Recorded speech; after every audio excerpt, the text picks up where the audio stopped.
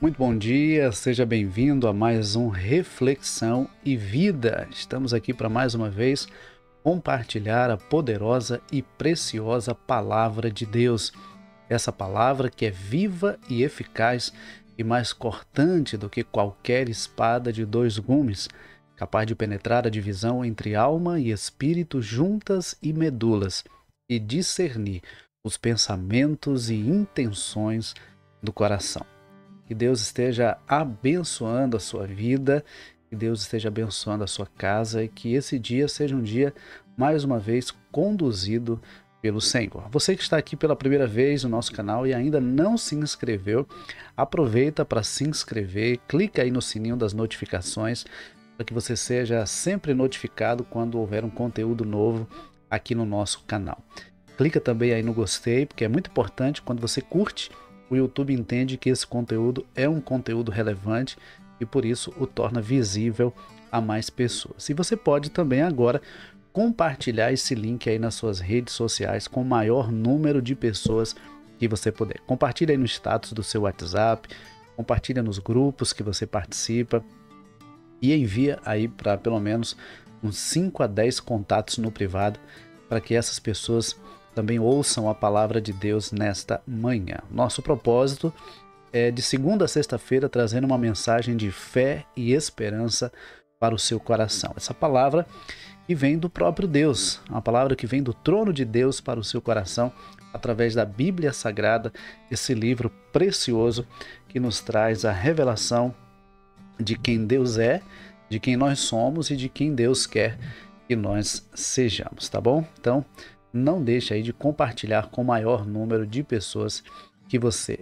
puder.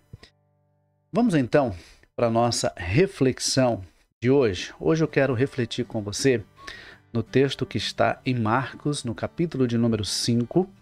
Nós vamos ler até o versículo de número 20. Marcos, capítulo de número 5, versículos de 1 a 20. A palavra do Senhor nos diz assim: Chegaram então ao outro lado do mar, à terra dos Gerazenos. Assim que Jesus saiu do barco, um homem possesso de um espírito impuro veio dos sepulcros ao seu encontro. E esse homem morava nos sepulcros. Nem mesmo com correntes alguém era capaz de prendê-lo, porque ele havia sido preso muitas vezes com algemas e correntes, mas as correntes eram quebradas por ele e as algemas despedaçadas. Ninguém tinha força para dominá-lo. Noite e dia, ele andava sempre gritando e se ferindo com pedras pelos sepulcros e pelos montes. Ao ver Jesus de longe, correu e prostrou-se diante dele, clamando em alta voz: Que tenho eu contigo, Jesus, Filho do Deus Altíssimo? Rogo-te por Deus que não me atormentes. Pois Jesus lhe dissera: Sai desse homem, espírito impuro. E perguntou-lhe: Qual é o teu nome? E ele respondeu: Meu nome é Legião, porque somos muitos. E rogava-lhe muito que não os enviasse para fora da região. Uma grande manada de porcos pastava perto dali num monte. E os demônios rogaram a Jesus, dizendo: Manda-nos para aqueles porcos, para que entremos neles. E Jesus assim lhes permitiu. Então os espíritos impuros saíram do homem e entraram nos porcos. A manada, que era de uns 2.000 animais, precipitou-se pelo despenhadeiro no mar, onde todos se afogaram. Os que cuidavam dos porcos fugiram e anunciaram essas coisas na cidade e nos campos. E muitos foram ver o que havia acontecido. Quando se aproximaram de Jesus e viram o endemoniado, o que fora possuído pela legião, sentado, vestido e em perfeito juízo, ficaram com medo. E os que tinham visto aquilo contaram-lhes o que havia acontecido ao endemoniado e aos porcos. Então eles começaram a rogar a Jesus que se retirasse do seu território. Quando Jesus entrou no barco, o homem que fora endemoniado pediu-lhe que lhe permitisse acompanhá-lo. Jesus, porém, não lhe deu permissão, mas disse: Vai para casa, para a tua família, e anuncia-lhes quanto o Senhor fez por ti e como teve misericórdia de ti. Ele se retirou e começou a divulgar em Decápolis tudo quanto Jesus lhe havia feito, e todos se admiravam. Veja, esse texto é um texto que mostra o momento em que um homem, possuído por um espírito impuro, se aproxima de Jesus. Interessante observar que já no início, no versículo 2, nós vemos que quando Jesus sai do barco, aquele homem possesso de um espírito impuro sai dos sepulcros ao encontro de Jesus. Veja, um homem que estava num ambiente de morte, um ambiente que era um ambiente de morte, vai ao encontro daquele que é o autor da vida. Vai ao encontro de Jesus, o único que é capaz de dar vida, vida abundante, vida eterna. Veja, um morto indo ao encontro de Jesus. Não um morto literalmente. Aquele homem estava vivo, mas um homem que estava morto espiritualmente, porque ele estava preso àquela vida, ele estava escravo daquela situação. Então aquele homem se dirige até a Jesus. E o versículo de número 3 e 4 nos mostra que aquele homem, ele morava nos sepulcros. Ele morava nos sepulcros e nem mesmo com correntes conseguiam prendê-lo. Já haviam tentado prender de várias formas, mas ninguém podia dominá-lo. O versículo de número 4 termina dizendo o seguinte: ninguém tinha força para dominá-lo. Deixa eu dizer uma coisa para você nesta manhã. O homem sem Jesus, uma pessoa sem Jesus, ela vive uma vida completamente distante do propósito de Deus. Deus nos criou para viver para o louvor da sua glória. Deus nos criou para viver em comunhão com Ele. E o homem sem Jesus está então longe, está distante daquele que é o projeto de Deus para a nossa vida. E aquele homem estava vivendo uma vida totalmente deplorável, uma vida subhumana, por conta da escravidão que ele estava vivendo, por conta da possessão que ele estava vivendo, por conta daquela situação em que ele se encontrava. Então, o texto diz que ele morava nos sepulcros. E como se não bastasse, o versículo de número 5 ainda diz que noite e dia, imagina o sofrimento daquele homem, noite e dia, ele andava sempre gritando e se ferindo com pedras pelos sepulcros e pelos montes. Veja que mais uma vez, olha, o versículo 2, o versículo 3 e o versículo de número 5 nos mostram que aquele homem vivia num ambiente de morte. Vivia nos sepulcros, no ambiente que era para estar mortos. Embora aquele homem estivesse vivo fisicamente, ele estava morto espiritualmente e por isso vivia num ambiente de mortos. Num ambiente propício para mortos. Então, aquele homem estava vivendo uma vida muito distante daquilo que Deus deseja para o ser humano. Então imagina o sofrimento daquele homem, dia e noite, viver gritando pelos sepulcros, pelos montes, se ferindo, se machucando, sendo agredido por aqueles espíritos imundos, por aqueles espíritos malignos. Então, quando ele percebe Jesus se aproximando, Jesus o repreende.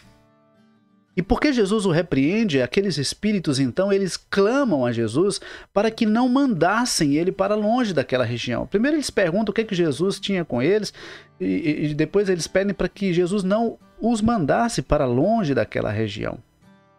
E é interessante observar que a gente percebe assim de forma muito clara, né? O versículo de número 12, o texto dizendo o seguinte: os demônios rogaram a Jesus dizendo, manda-nos para aqueles porcos, para que entremos neles. Então, veja, isso nos mostra claramente que Jesus, versículo 10 diz, e rogava-lhes muito que não os enviasse para fora da região. Então a gente percebe que os demônios reconheciam que Jesus tinha poder sobre eles. Por isso, primeiro eles rogam para que Jesus não os enviasse para fora daquela região, e depois eles rogam para que Jesus os enviasse, os mandasse para aqueles porcos que estavam pastando naquela região. E o versículo 13 diz, e Jesus então lhes permitiu. E os espíritos impuros saíram do homem e entraram nos porcos. Jesus, ele tem poder sobre a vida e sobre a morte. Ele tem poder sobre o ser humano, ele tem poder sobre os espíritos malignos. Jesus tem todo o poder nos céus e na terra. E aqueles espíritos testificam diante de todos, eles reconheciam o poder de Jesus. a gente vê que hoje tem muitas pessoas que ainda não reconhecem o poder de Jesus. Ainda não reconhecem aquilo que Jesus pode fazer na vida do ser humano, mas aqueles espíritos reconheciam. É por isso que nós precisamos entender o seguinte: não basta reconhecer que Jesus tem poder, porque até os espíritos malignos reconhecem que Jesus tem poder. É preciso obedecer a Jesus. Não basta reconhecer que Jesus é o Filho de Deus. Aqueles espíritos sabiam que Jesus era o Filho de Deus. O versículo 7 diz que eles clamavam em alta voz, dizendo: que tenho eu contigo, Jesus, Filho do Deus Altíssimo. Veja, aquele espírito impuro, aqueles demônios reconheciam que Jesus era o Filho de Deus, mas eles não criam e não obedeciam a Jesus. Então, por isso que é importante destacar que não basta o ser humano reconhecer ou dizer que Jesus é o Filho de Deus, ou dizer que acredita que Jesus é o Filho de Deus, ou que acredita na existência de Deus. É preciso viver uma vida de compromisso com Deus. É preciso viver uma vida de obediência a Deus. Eu não sei qual é a situação que você está vivendo nesse instante, mas eu quero dizer uma coisa para você. Jesus tem poder para libertar a sua vida. Jesus tem poder para te libertar dessa escravidão que você está vivendo, seja ela física, seja ela espiritual, seja ela emocional, seja uma dependência emocional, de repente uma carência afetiva, de repente uma escravidão ou um vício, alguma situação que está lhe aprisionando, que está lhe maltratando, que está lhe ferindo e que está te fazendo viver longe do projeto de Deus para a sua vida. Jesus tem poder para te libertar. Jesus tem poder para mudar a sua vida. Jesus tem poder para mudar a sua história.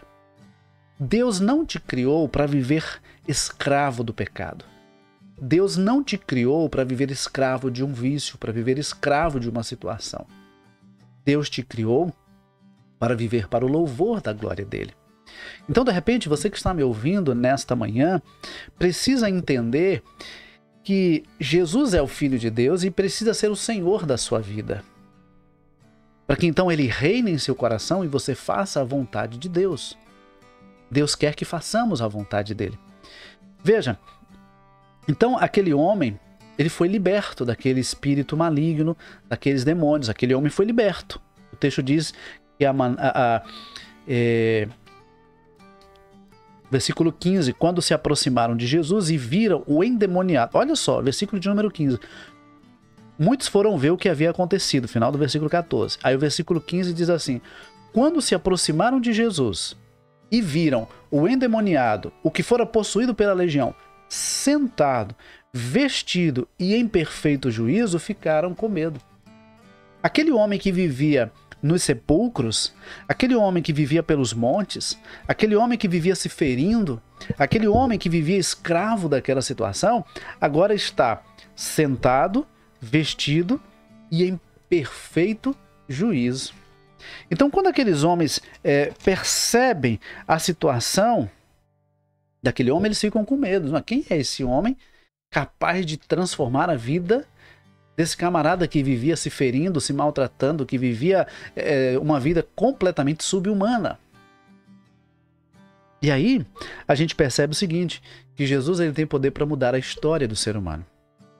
Aquele homem que vivia nos sepulcros, aquele homem que vivia num lugar de morte, encontrou a verdadeira vida. Porque ele teve um encontro com o autor da vida.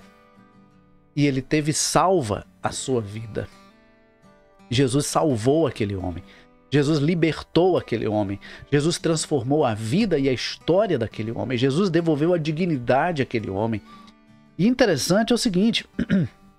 Os homens daquela localidade foram até lá para ver o que havia acontecido, ficaram com medo diante daquilo que viram, da transformação que houve na vida daquele homem, mas muitas pessoas estavam ali mais preocupadas com os porcos que haviam se precipitado no mar do que agradecidos pela transformação que havia acontecido na vida daquele homem.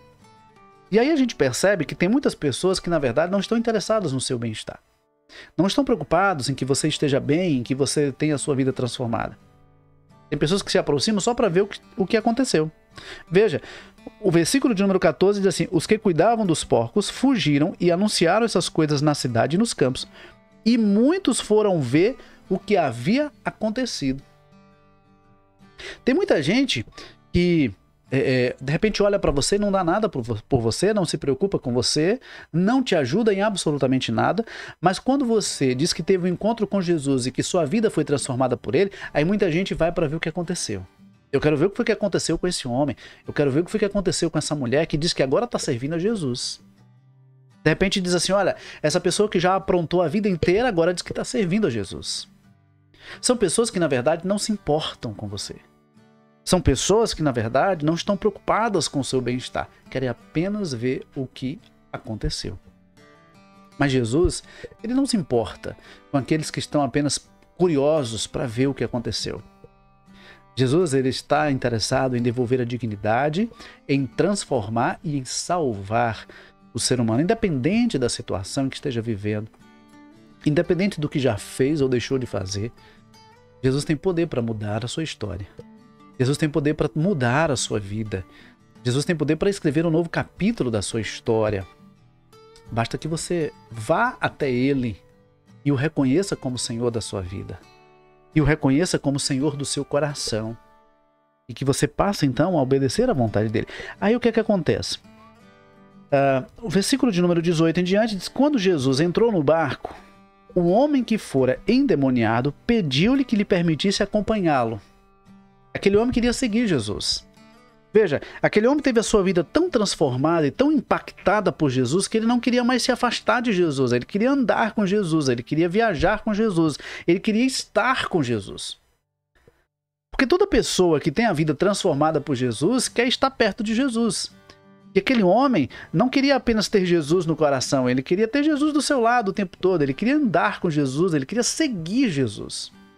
Mas aí, Jesus, no versículo 19, diz o seguinte: Jesus, porém, não lhe deu permissão, mas disse: vai para casa, para a tua família, e anuncia-lhes quanto o Senhor fez por ti e como teve misericórdia de ti. Aqui Jesus nos dá uma lição preciosíssima.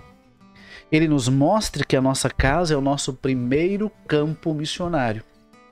Jesus nos mostra que a nossa casa é o primeiro lugar onde nós precisamos testemunhar da mudança que Ele fez na nossa vida. Aquele homem teve a sua vida completamente transformada por Jesus. Aquele homem foi liberto da escravidão, dos espíritos malignos. Aquele homem foi salvo por Jesus. Aquele homem teve a sua mente centrada por Jesus. Aquele homem passou a ter dignidade,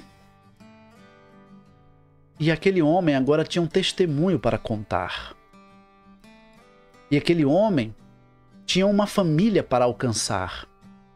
Jesus sabia que era mais importante naquele momento aquele homem ficar na sua casa, na sua parentela, para que aqueles que realmente o conheciam pudessem ver o milagre que Jesus havia realizado na vida daquele homem. Por isso Jesus diz: vai para casa, vai para a tua família e anuncia-lhes tudo quanto o Senhor fez por ti e como teve misericórdia de ti. Deixa eu aproveitar e dizer uma coisa aqui para você. De repente você está querendo alcançar o mundo com a mensagem do Evangelho, mas você ainda não falou para os da sua própria casa o que Jesus fez na sua vida. Ou talvez os da sua própria casa ainda não puderam perceber de forma evidente a mudança que houve na sua vida. De repente você diz assim: não, houve uma mudança no meu interior, mas as suas atitudes e o seu comportamento continuam o mesmo. Para os da nossa casa, para os da nossa família, a melhor maneira de pregar o Evangelho, de anunciar a salvação, é testemunhando com a nossa própria vida a mudança que Jesus fez em nós.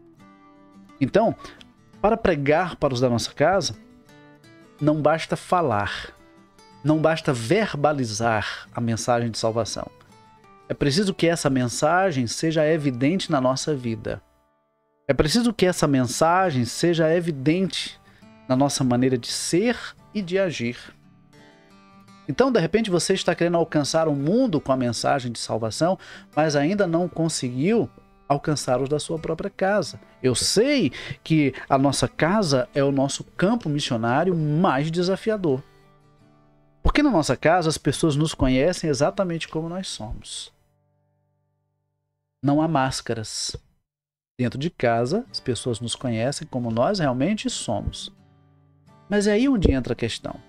Porque não é sobre perfeição, é sobre transformação. Ninguém tem um encontro com Jesus e continua do mesmo jeito. Você pode não ser exatamente tudo o que deve ser, o que precisa ser. Mas se você teve um encontro com Jesus, alguma coisa mudou na sua vida. Se você teve realmente um encontro com Jesus, alguma mudança deve ter acontecido na sua vida. E os da sua casa precisam perceber essa mudança. Os da sua casa precisam ver essa transformação. E deixa eu dizer uma coisa. Não precisa necessariamente ser liberto de uma possessão demoníaca. Não precisa necessariamente ser liberto de um vício ou de um pecado que causa escândalo.